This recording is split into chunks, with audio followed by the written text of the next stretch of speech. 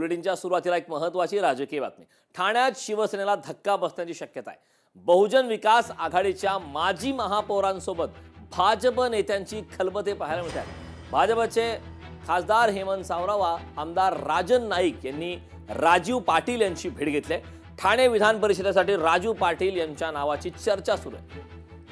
रवींद्र फाटक, क्षितिज ठाकूर नंतर तिसरा बडा चेहरा आता निवडणुकीच्या चर्चेत आहे। शिवसेना क्षितिज ठाकूर यांच्या नावाचा विचार करत असताना भाजप राजू पाटील यांच्या पाठीशी आहे। त्यामुळे बऱ्याच नाट्यमय घडामोडी ठाण्यामध्ये घडतायत।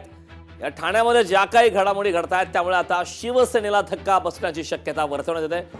हेमंत सावरा, राजन नाईक यांनी आता राजू पाटील यांची भेट घेतली आहे आणि त्यामुळेच आगामी काळात ठाण्यातील राजकीय समीकरणं बदलू शकतात अशी चर्चा आहे। रवींद्र फाटक, क्षितिज ठाकूर नंतर आता एक नवीन नावाची चर्चा आहे। तिसरा मोठा नेतृत्व म्हणावं लागेल ठाण्यात, त्यामुळे आता शिवसेनेला धक्का बसण्याची शक्यता आहे। बहुजन विकास आघाडीच्या माजी महापौरांसोबत भाजप नेत्यांची खलबतं पाहायला मिळते, त्यामुळे धक्कादायक अशी बाब आहे।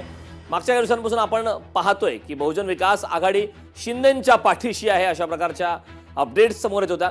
आता मात्र जी अपडेट आहे ती ठाण्यामध्ये शिवसेनेला धक्का बसवणारी आहे। बहुजन विकास आघाडीच्या माजी महापौरांसोबत भाजप नेत्यांची खलबतं पाहायला मिळतात।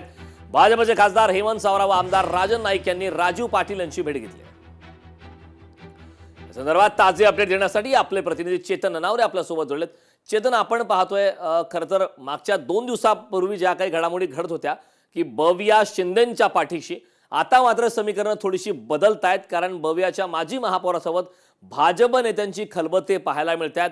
ठाणे विधान परिषद निवडणुकीमध्ये नाट्यमय घडामोडी घडतायत। काय याबाबतची अधिकची अपडेट आहे, काय होऊ शकतं? निश्चितच, कारण दबावाचं राजकारण आपल्याला या ठिकाणी पाहायला मिळतंय। कारण विशेष करून ज्या ठिकाणी यतींद्र ठाकूर, क्षितिज ठाकूर यांची ज्याप्रमाणे ताकद आहे बळगावमध्ये, त्याचप्रमाणे माजी महापौर असलेल्या राजीव पाटील यांची देखील जवळपास 40 ते 50 सेवकांवरती नियंत्रण असल्याची माहिती समोर येत आहे। अशा परिस्थितीमध्ये भाजप नेत्यांनी राजीव पाटील यांची भेट घेणं, राजीव पाटील यांच्या नावाची चर्चा सुरू होणं, त्यामुळे भाजप आणि शिवसेनेकडून एकमेकांवरती दबावाचं राजकारण निर्माण केलं जात असल्याचं पाहायला मिळतंय। कारण नक्की चेतन, आगामी काळात त्याचे नेमके परिणाम काय असतील, ठाण्यामध्ये काय राजकीय समीकरणं बदलतायत हे पाहणं महत्त्वाचं आहे। खूप खूप धन्यवाद या महत्त्वपूर्ण अशा माहितीसाठी।